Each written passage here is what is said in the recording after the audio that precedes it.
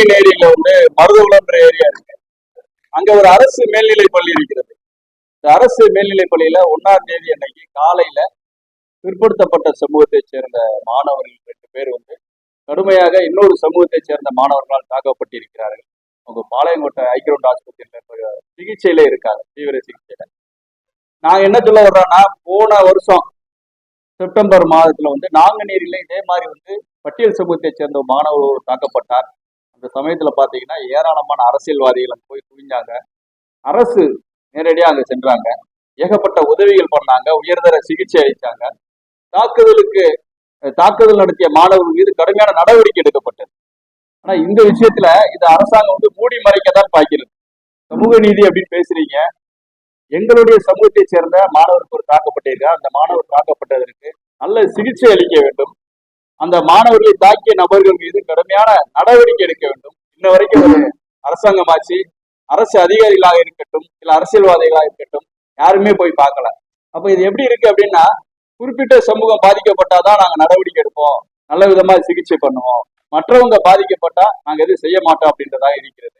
ஒரே ஒரு ஆறுதல் தான், அங்க இருக்கக்கூடிய காவல்துறை சிறப்பாக செயல்பட்டு அந்த தாக்குதல் செய்த மாணவர்களை கைது செய்து நடவடிக்கை எடுத்திருக்கிறது. ஆனால் தாக்கப்பட்ட மாணவருக்கு எந்த விதமான நல்ல சிகிச்சையோ நிதி உதவியோ இன்று வரை அளிக்கப்படவில்லை. அது உடனடியாக இந்த அரசாங்கம் அதற்கான நடவடிக்கை எடுக்க வேண்டும் என்பதற்காக இந்த பேட்டியை உங்களுக்கு அளிக்கிறோம். நேதாஜி சுபாஷ் சேனைக்காக வழக்கறிஞர் சார், இரு சமூக மாணவர்கள் கிட்டத்தட்ட ஒரு 1-2 வருஷமாகவே பிரிந்து இருக்கிறாருங்க சமூக அடிப்படையில. அதுல ஒரு சமூகத்தை சேர்ந்தவர்கள் ஜாதி அடிப்படையில கூட்டு சேர்ந்து இந்த மாணவர்களை தாக்கி, இது முழுக்க முழுக்க ஜாதிய பின்புலம் தான்.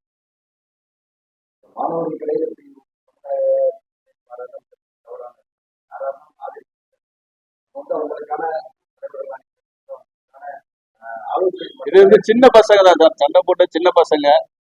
மாணவர்கள் தான் சின்ன பசங்க புரியாம நடந்துக்கிறான்னா, பேரண்ட்ஸ், அங்க இருக்கக்கூடிய வாத்தியார்கள், காவல்துறையினர், அரசாங்கம் எல்லாரும் சேர்ந்து அவர்களுக்கிடையே இருக்கின்ற ஜாதிய பிரச்சனை போக்குவதற்கு வழிவகை ஏற்படுத்த வேண்டும். இந்த விஷயத்த அது ஜாதி அடிப்படையில நடந்திருந்தா கூட அந்த அடிப்படையில கவர்மெண்ட் அதை கொண்டு போக வேண்டியது கிடையாது. மாணவர்கள் அழைத்து இன்னைக்கு அடிச்சுக்கிடுவான், நாளைக்கு பின்னாடி சேர்ந்துக்கிடுவோம். ஒரே ஊர் பக்கத்து ஊருக்காரங்க, நாளைக்கு ஃப்ரெண்டா போறதுக்கு வாய்ப்புகள் இருக்கு. இருதரப்பு மாணவர்களையும் அழைத்து இனிமேல் இந்த மாதிரி பிரச்சனை வராததுக்கு என்ன செய்ய முடியுமோ அதை ஸ்ட்ராங்கா செய்யணும். தொடர்ந்து அந்த பகுதியில் இது நடந்துகிட்டே இருக்கு. இனி இந்த பிரச்சனை வராத அளவுக்கு அவங்க நடவடிக்கை எடுக்கணும் எங்களுடைய.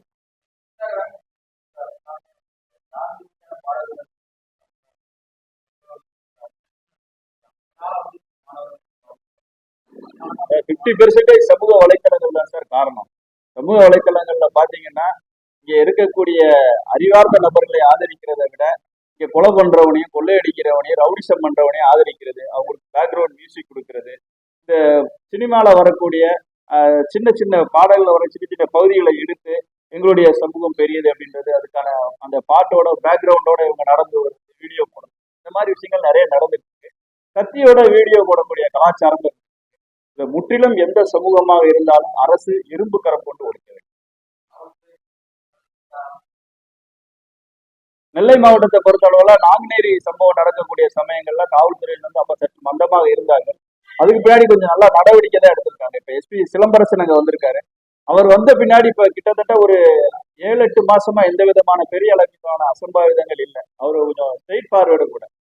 ஆனா இந்த விஷயத்த அங்க பள்ளி நிர்வாகமானது காவல்துறைக்கு தெரியப்படுத்தி இருக்க வேண்டும், வருவாய்த்துறையினருக்கு தெரியப்படுத்தி இருக்கலாம், பேரண்ட்ஸுக்கு தெரியப்படுத்தி, இதை எப்படியே தடுக்காம விட்டுட்டாங்க. இது ரொம்ப நாளாவே நடந்துட்டு இருக்கு. அதோட விளைவுதான் என்னன்னு பாத்தீங்கன்னா, 1ஆம் தேதி நடந்த மோதல் 2 பசங்க பாவம் ஆஸ்பத்திரியில இருக்கு.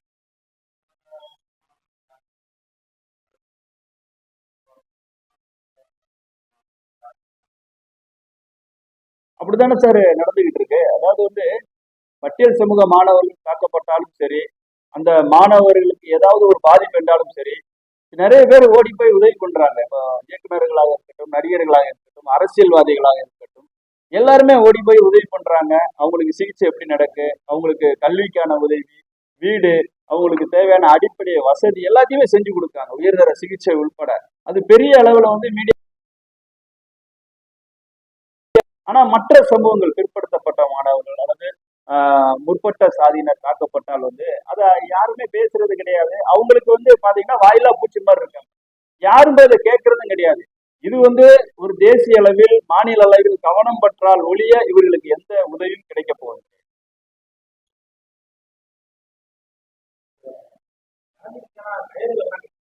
ஆமா, ஜாதி ரீதியான கயிறு கட்டுறதை வந்து கண்டிப்பா தடை பண்ணணும். அது எங்க ஸ்கூல்ல வந்து நிறைய ஸ்கூல்ல வந்து அந்த கயிறு கட்டுறதை வந்து கண்டு காணாம இருக்கிறாங்க.